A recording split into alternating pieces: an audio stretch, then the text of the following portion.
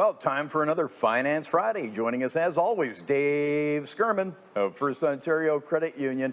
And once again, Dave, we have some viewer questions for you to answer. But before we do that, looking good. Ready to go. And I wanted to thank you for helping out with our toy drive. You're looking after the e-transfers. How are things going on that end? Great. There's over $5,000 now contributed by very generous CHCH viewers. So keep the funds coming. You got another week, and certainly hats off to CHCH for doing this every year. We all know there's some less fortunate families out there that certainly we could all put a smile on some child's faces if there was a few toys under the tree. Absolutely, and more details on the toy drive at chch.com and First Ontario's contribution. Okay, Amber has a question about RESPs.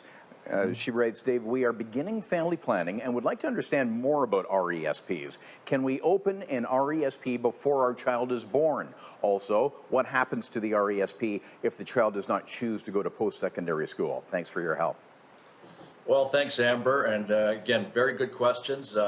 It's great that you're doing some planning to have some kids and also doing some planning for education, because we all know how expensive that gets. You can never start too early. Unfortunately, though, you do have to wait until the child's born before you can open an RESP. Reason is that the child's actually named the beneficiary on an RESP. Now, you could, start a savings account, even a tax-free savings account in your own name, of course, and then transfer it to the RESP.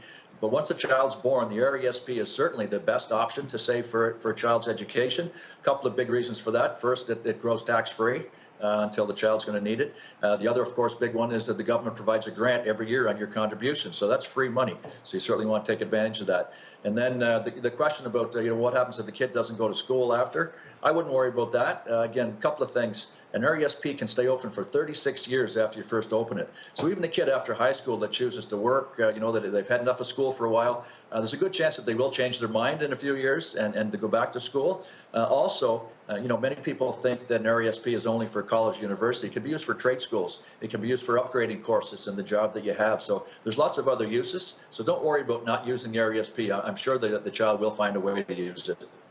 Okay, and thanks again, Amber, for that question. Diane from Hamilton asked this question about Group RRSPs. What can you do with a Group RRSP from a former employer? I received a statement of how my Group RRSP has been performing. I would greatly appreciate some options on what I can do and should do with these funds.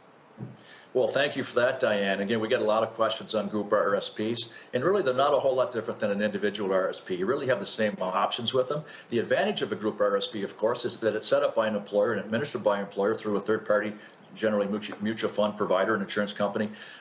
Benefits to the individual are less expenses, less management expense ratios on those mutual funds. So less expense to you means more return on your RRSP. And the other big advantage, of course, it comes directly off your pay.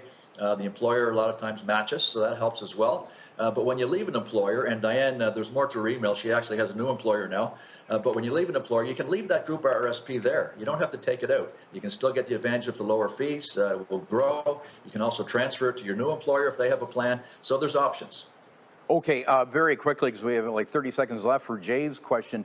Jay in Hamilton submitted this question again about Group RRSP contributions. My employer has a Group RRSP plan. I contribute 3% of my income, and they match it. If I want to contribute more, they will also match 50% on the next 2%. And I'm being solicited by the fund provider to also make additional contributions, but the employer doesn't match. What should I do? Well, Jay, certainly take advantage of every dollar you can that the employer matches, or even 50%. Again, some people don't do that, but if I were to put $1 into a savings account and my employer says I'll give you 50 cents on that, take advantage of it. That's like a 50% guaranteed return, and you're going to get investment return on it. In terms of optional contributions, again, it's like putting money into your own RRSP. You get the tax savings and your savings for retirement. So take advantage as much as you can of certainly all of the employer matches and the optional if you can. Okay, thanks for that question, Jay.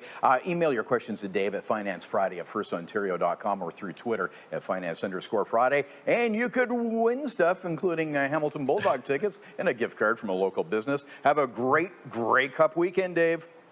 Thank you, Bob. Go Tiger Cats.